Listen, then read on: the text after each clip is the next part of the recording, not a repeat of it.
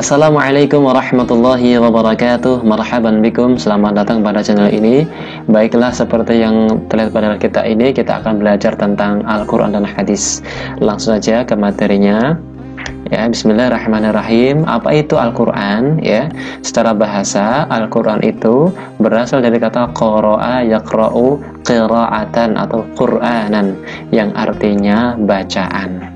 Secara istilah adalah kalamullah yang diturunkan kepada Nabi Muhammad SAW secara mutawatir, ya, secara bersambung, kemudian ditulis dalam mushaf, dan apabila membacanya termasuk ibadah. Itu pengertian Al-Quran.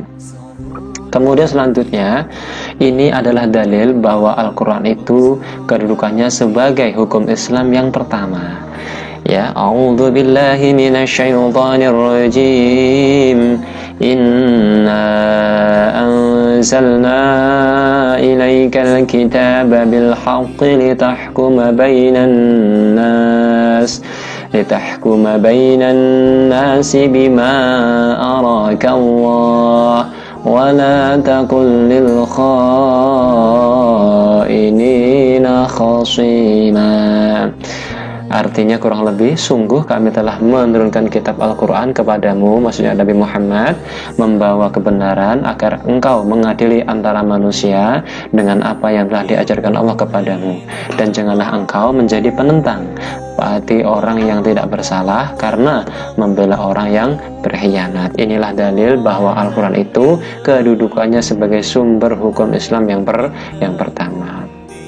Selanjutnya apa sih isi Al-Quran? Yang pertama, akidah dan keimanan, akidah atau keimanan. Yang kedua adalah syariah atau ibadah. Di dalamnya ada ilmu fikih yang membahas tentang hukum ibadah dan hukum muamalah. Kemudian yang ketiga ada akhlak dan budi pekerti. Nah, selanjutnya kita akan belajar tentang hadis atau sunnah. Apa sih pengertiannya? Secara bahasa itu artinya ucapan atau perkataan. Secara istilah, hadis adalah segala bentuk perkataan, perbuatan, ketetapan Nabi Muhammad SAW atau takrir. Ya. Kemudian hadis Nabi ini juga dinamakan sebagai sunnah. Namun ulama hadis membedakan antara hadis dan sunnah. Kalau hadis adalah hanya ucapan atau perkataan Rasulullah SAW, sedangkan sunnah adalah segala apa yang dilakukan oleh Rasulullah SAW yang menjadi sumber hukum Islam. Nah, lantas hadis itu bagaimana Pak kedudukannya dalam hukum Islam? Kedudukan hadis itu adalah setelah Al-Quran barulah hadis. Jadi kedudukannya itu nomor 2. Yang pertama Al-Quran, barulah hadis. Nah, kemudian jika sebuah perkara hukum, ya, tidak dalam Al-Quran, maka yang menjadi sandaran atau yang menjadi petunjuk hukum tersebut adalah hadis. Seperti itu, ya. Nah, selanjutnya kita bahas bagian-bagian hadis. Hadis itu ada bagian-bagiannya. Yang pertama adalah sanad. Nah, apa sanad? Lihat, sekelompok orang atau seseorang yang menyampaikan hadis dari Rasulullah sehingga sampai pada kita. Itu namanya sanad. Misalkan an Abi Hurairah, ya, an nah, itu semuanya itu adalah sanad. Kemudian matan. Apa itu matan? Matan adalah isi hadis daripada Rasulullah SAW. Misalkan an-nadhafatu minal iman. Nah, itu isi hadis, itu namanya matan. Kemudian terhadap rawi. Rawi itu apa? Contohnya rawi misalkan rawahul Bukhari, HR Bukhari wal Muslim. Ya, misalkan seperti itu. Itu namanya rawi. Rawi itu siapa? Yaitu orang yang meriwayatkan hadis. Seperti itu, ya.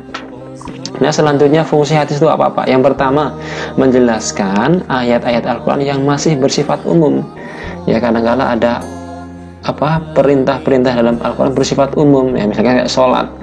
Dalam Al-Quran tidak ada perintah sholat seperti ruku, ya, tidak ada contoh langsung dari Allah mengenai tentang ruku, sujud, belum ada. Maka yang menjelaskan sifat-sifat atau hal-hal yang bersifat umum adalah hadis ya. Bagaimana sholat ya, bagaimana rukuk, bagaimana sujud dan lain sebagainya. Yang kedua adalah memperkuat pernyataan dalam Al-Quran. Yang ketiga, menerangkan maksud dan tujuan dalam ayat Al-Quran tersebut ya. Misalkan ada ayat yang masih ragu-ragu atau yang masih umum atau masih perlu penjelasan, maka hadis sebagai penjelas. Yang keempat adalah menetapkan hukum baru yang tidak terdapat dalam Al-Quran. Jika dalam Al-Quran tidak ada hukum sesuatu, maka hadis inilah yang menjadi sandaran berikutnya, seperti yang telah kita sebutkan tadi. Nah, itulah fungsi hadis, teman-teman. Selanjutnya adalah macam-macam hadis. Yang pertama ada hadis mutawatir, hadis masyhur, hadis ahad ya. Hadis mutawatir adalah hadis yang diriwayatkan oleh banyak perawi ya. Jadi rawinya banyak, nggak cuma satu orang, itu namanya hadis mutawatir ya. Baik dari kalangan sahabat, generasi atau tabi'in yang di antara mereka tidak terdapat dusta. Yang kedua adalah hadis masyhur, yaitu hadis yang diriwayatkan oleh dua orang sahabat atau lebih. Nah, seperti itu. Yang ketiga adalah hadis ahad. Hadis adalah hadis yang hanya diriwayatkan oleh satu atau dua orang perawi, namanya hadis ahad. Kemudian selanjutnya adalah macam-macam hadis. Yang pertama adalah dilihat dari kualitas periwayatnya. Yang pertama ada hadis sahih. Apa itu sahih? Itu hadis yang diriwayatkan oleh perawi yang adil, kuat hafalannya, tajam penelitiannya, sanadnya bersambung kepada Rasulullah SAW. Itu namanya hadis sahih. Nah, kemudian hadis ini bisa dijadikan hujjah. Hujjah itu apa? Sebagai sandaran penunjuk kita dalam melaksanakan suatu hal ibadah. Kemudian hadis hasan. Apa itu hadis hasan? Hadis yang diriwayatkan oleh perawi yang adil tetapi kurang kuat hafalannya. Nah, kalau tadi kuat hafalannya, kalau ini kurang kuat hafalannya. Sanadnya bersambung, tidak cacat dan tidak bertentangan. Hadis ini dijadikan sebagai landasan masih bisa. Yang ketiga hadis dhaif. Apa itu dhaif? Hadis yang tidak memenuhi kualitas hadis sahih dan hadis hasan. Para ulama mengatakan bahwa hadis ini tidak dapat dijadikan sebagai hujjah, namun dapat dijadikan sebagai motivasi untuk beribadah. Itu adalah hadis dhaif. Kemudian hadis maudhu, hadis yang bersumber pada Rasulullah, hadis yang bukan bersumber dari Rasulullah SAW, atau hadis palsu. Nah, dikatakan hadis padahal sama sekali bukan hadis. Hadis ini jelas tidak dapat dijadikan oleh hukum karena hadis ini tertolak. Jadi ada macam-macam hadis. Yang terakhir adalah hadis maudhu. Ini hadis maudhu, hadis palsu yang bikin bukan Rasulullah SAW. Maka hadis ini tidak bisa dijadikan sebagai landasan kita untuk beribadah. Nah, kemudian sumber hukum Islam yang selanjutnya adalah ijtihad.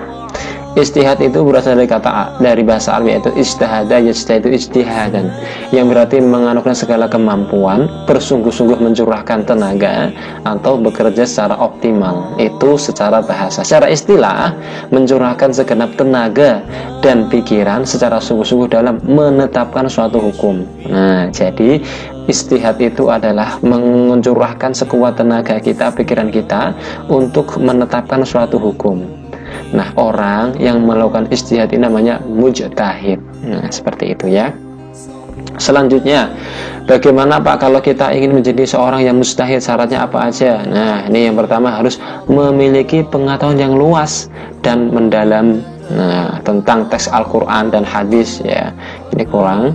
Kemudian yang kedua adalah memahami atau memiliki pemahaman yang mendalam tentang bahasa Arab, tentang ilmu tafsir, tentang usul fikih, tentang fikih, ilmu tarikh dan lain sebagainya.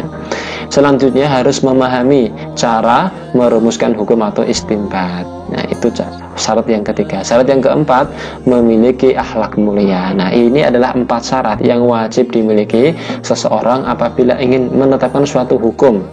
Nah, misalkan hukum apa yang belum ada, kemudian diijtihadkan, dicari dalam Al-Quran dan hadis ya, kemudian dicari dalilnya kemudian disimpulkan. Nah, simpulkan itulah, itu namanya ijtihad ya, seperti itu.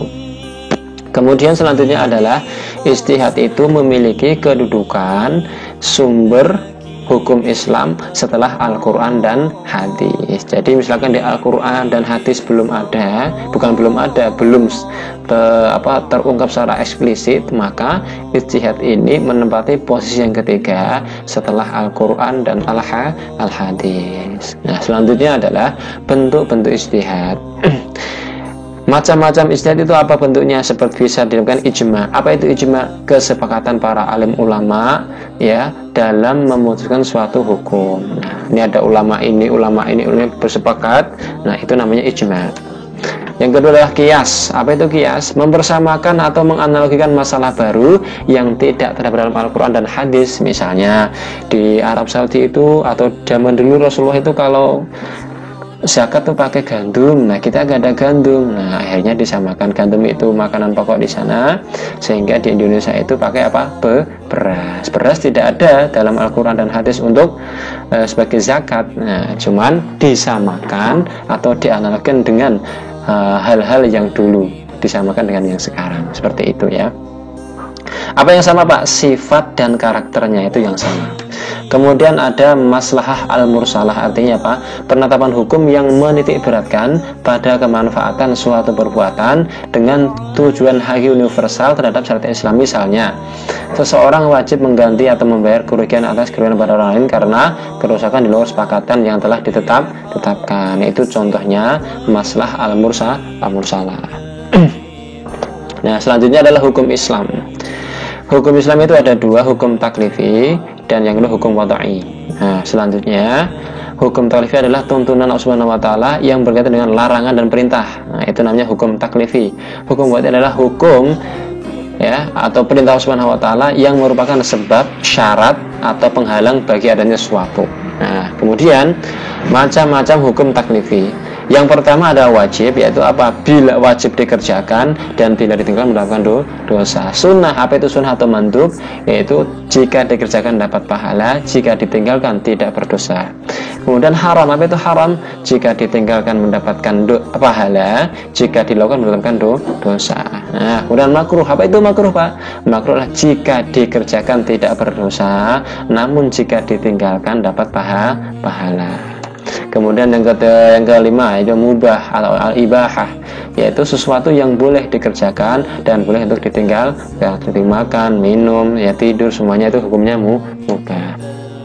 Nah, itulah penjelasan kita pada kesempatan ini tentang Al-Quran hadis. Jadi pada bab ini kita mempelajari apa sih hukum Islam itu sumbernya dari mana. Yang pertama tadi ada Al-Quran, yang kedua ada dari hadis, yang ketiga ada ijtihad. Seperti itu teman-teman. Kalau lebihnya saya mohon maaf apabila salah kata, salah ucap. Mudah-mudahan video ini bermanfaat. Assalamualaikum warahmatullahi wabarakatuh.